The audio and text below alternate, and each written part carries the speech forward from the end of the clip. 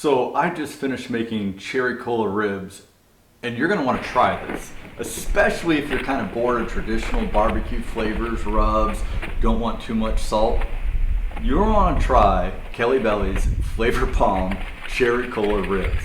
These are so good, and I'm gonna show you how to make them. So just keep watching the video. I'm gonna show you all the steps so you can make Flavor Bomb Cherry Cola Ribs yourself. So what I'm gonna do, I'm gonna actually take the cherry Coke, soak the ribs in this overnight.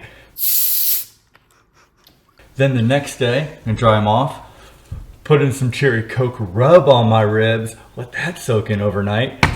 Step 3, we're gonna put them on the smoker, all cherry wood.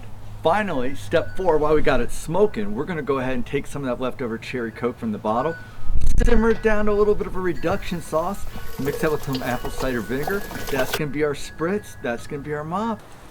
So I wanna go ahead and give a little spritz. This is my little concoction I made. So this is half of my reduction of the Coca-Cola cherry, reduced down with apple cider vinegar. So that's gonna be my spritz. So after 4 hours on my smoker at 250 degrees, I'm gonna go ahead and wrap these in tin foil with a little bit of my special cherry cola reduction mop sauce. Then when they're all done, about an hour later, I'm gonna pull them off, go ahead and slice these babies up, and they are absolutely to die for. Cooked perfectly, flavor bomb of flavor, awesome.